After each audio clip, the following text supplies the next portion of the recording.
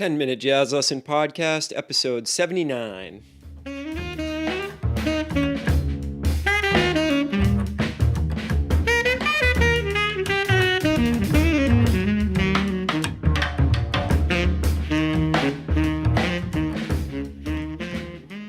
Hey everyone, welcome back to episode 79 of the 10-Minute Jazz Lesson Podcast. Today we're going to be finishing up our four-part series on the Bebop basics. Again, all credit goes to Barry Harris for a lot of these exercises.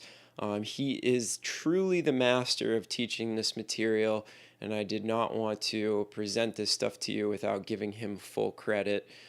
This stuff is so important. It really has revolutionized my playing, and thousands of people from across the world look to him for wisdom on this. Just a reminder that you can get the PDFs to this episode and all of the others on our Patreon page, patreon.com/10minutejazzlesson, or you can go to our website, 10minutejazzlesson.com, and click on the Patreon link. Get all your PDFs over there. And I wanted to give a quick shout out for a 5-star rating and review this week. I wanted to thank AG, the AD. He says, Nick has developed a clear, direct method of explaining and demonstrating building blocks for learning, practicing, and incorporating jazz theory into my playing. He makes it fun and demystifies harmonic concepts. The PDF materials you can download will guide practicing and build a textbook of reference material. I look forward to each episode. Well, thank you, AG, the AD, for the kind words, and we look forward to bringing you a brand new episode each and every week, and we're really glad that you're getting something out of it. Hey, if you've got like 2 minutes and you want to head over to iTunes and leave us a 5-star rating and review, that really helps us get out to more and more folks that could use this material, so we would really appreciate it. Also, in other news, I have finally figured out how to sync every single episode of the podcast to iTunes. So now if you go into your podcast app or whatever you listen to your podcasts on, you can find each and every single episode finally on that directory. Took me a little while. I'm not the most tech-savvy guy, but I figured out how to do it. So it's all up there now, and you can listen to it directly from the app instead of only the last 10 episodes. All right, let's jump into today's material. So today we're going to go over our last little bit of the basic building blocks of bebop that you need to have under your fingers and ready to go on your instrument before we go on to more advanced concepts. So we've gone over playing scales, we've gone over playing thirds with chromatic approach tones, we've gone over playing triads with chromatic approach tones, seventh chords with chromatic approach tones. We've really done a lot over the past 4 weeks to get you ready for some of the stuff that's coming in future episodes on how to actually apply this stuff. So today we're dealing with triads. And we're not dealing with diatonic triads or anything like that. We're dealing with just straight up major triads. But here's the challenge about it. Most of us know our triads, but do we know them in a chromatic movement? So like playing a C triad followed by a B triad followed by a B flat triad and so on and so forth down the line. Can we do that really quickly? Now that is challenging in itself. But the real challenge here is going to be, can you start it from the root, the third, and the fifth? We want to have total flexibility when we're using harmonic motion, and when we're looking at chord changes or thinking about chord changes, we want to be able to start anywhere in the chord and go in any direction and basically do whatever we want. That's kind of the difference between somebody who's just getting started and somebody who is really starting to master the craft of improvising over chord changes. So we're dealing with these major triads because a lot of Barry Harris's stuff centers around the Mixolydian mode, and the Mixolydian mode is a major chord after all. So by using the triad and omitting any kind of seventh, we're really practicing a lot of the material that we're going to end up using in our bebop playing. So you might be asking yourself, why aren't we doing this with seventh chords? Why aren't we doing this with minor chords? Well, you're going to see when we present some more of this material to you.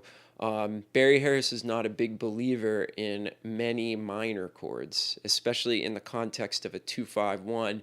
He actually doesn't even believe that as a horn player or anybody who's not in the rhythm section, or even a rhythm section player who's improvising in an improvisatory role. Wow, that's a tough word to get out.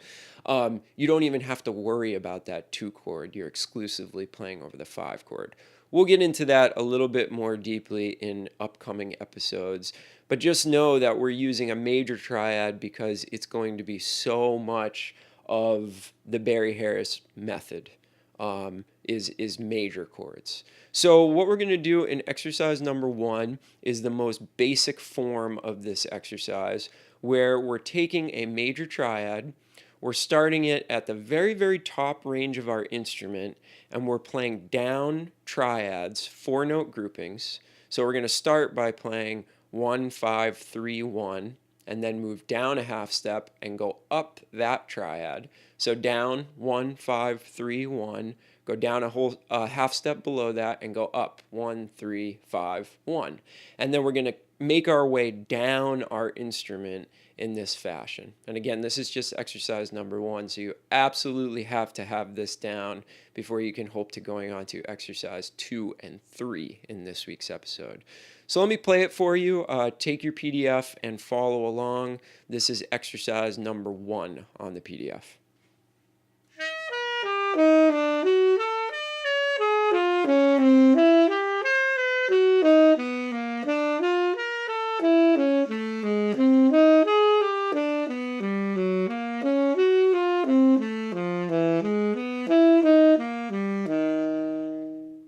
So I'm starting up on tenor saxophone. The high part of the register is a high F, so I'm starting up there.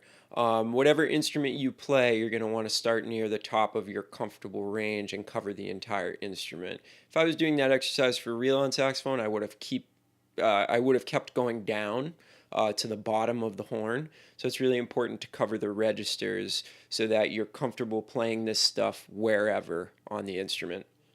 All right, are you ready for the hard stuff? This is where we get into the much more difficult stuff. So exercise number 2 is the same exercise, but you're starting on the 3rd of the major chord, and you're continuing down in that fashion. So 3, 1, 5, 3, down a half step, 3, 5, 1, 3, down a half step. You get the idea. This one is really tricky because you're going to have to think of the triad built off of a different note than what you're playing. You're going to have to be able to find that 3rd and register it in your brain while you're playing the exercise. So I can't stress this enough. I always say this on the podcast, but for this particular exercise, it is vitally important that you move at a snail's pace. You do not need to go fast on this. Eventually, you will be able to fly through it, but when you're first starting it out, in order to prevent you from getting so frustrated that you never ever want to do this again, you need to go slow, really slow. The first time I ever did this, I think I was doing it at, 8th note equals 60. And I'm really just trying to internalize what I'm doing and really get a feel for it before I start to go even close to fast at that point. All right, so take a look at example number 2 on your PDF. And it's also important to realize that, like I said, I started on a high F for the first exercise, and then I played an F triad, and then I played an E triad, and then I played an E flat. But I'm going to start on F again, but now F is going to be the 3rd of a D flat major triad. So I'm still starting from the same point on the instrument because it's the top end of my range, but now that note is the 3rd instead of the root. And you'll also notice, I want to mention this real quick on the exercises, that I've only written out 4 keys. I'm not going to write out the entire exercise because everybody's ranges on their instrument are going to be different. And once you get going, you kind of pick up on the pattern and you can kind of do it on your own. So here is major triads descending chromatically starting on the 3rd.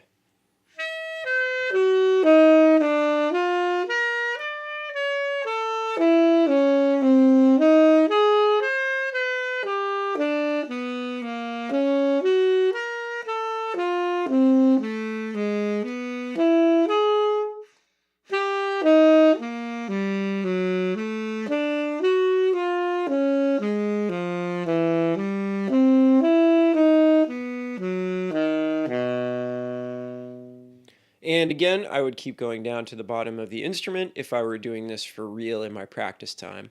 All right, so now we're going to go to the fifth. So same note, I'm going to start on my high F on saxophone, but that's going to become the fifth of a B flat major chord. I'm going to come down, play 5, 3, 1, 5, down a half step, 5, 1, 3, 5, back up, down a half step. You get the idea, right? Same exact pattern, just starting on the fifth instead of the third now. So here's the third exercise on your PDF, starting on the fifth.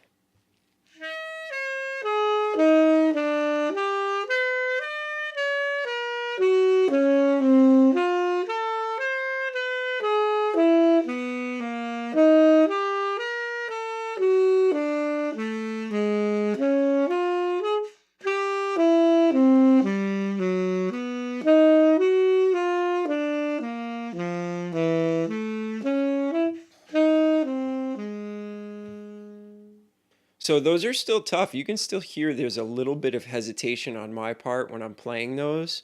I still haven't mastered them for sure. So I need a little bit more work with this, and I probably should have been doing it a little bit more slowly.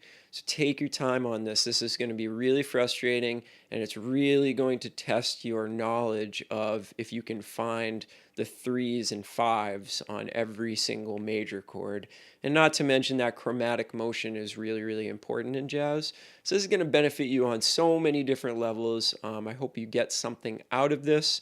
Just a reminder, you can find the PDF for the episode on patreon.com/10-minute jazz lesson, or look for the link on our website.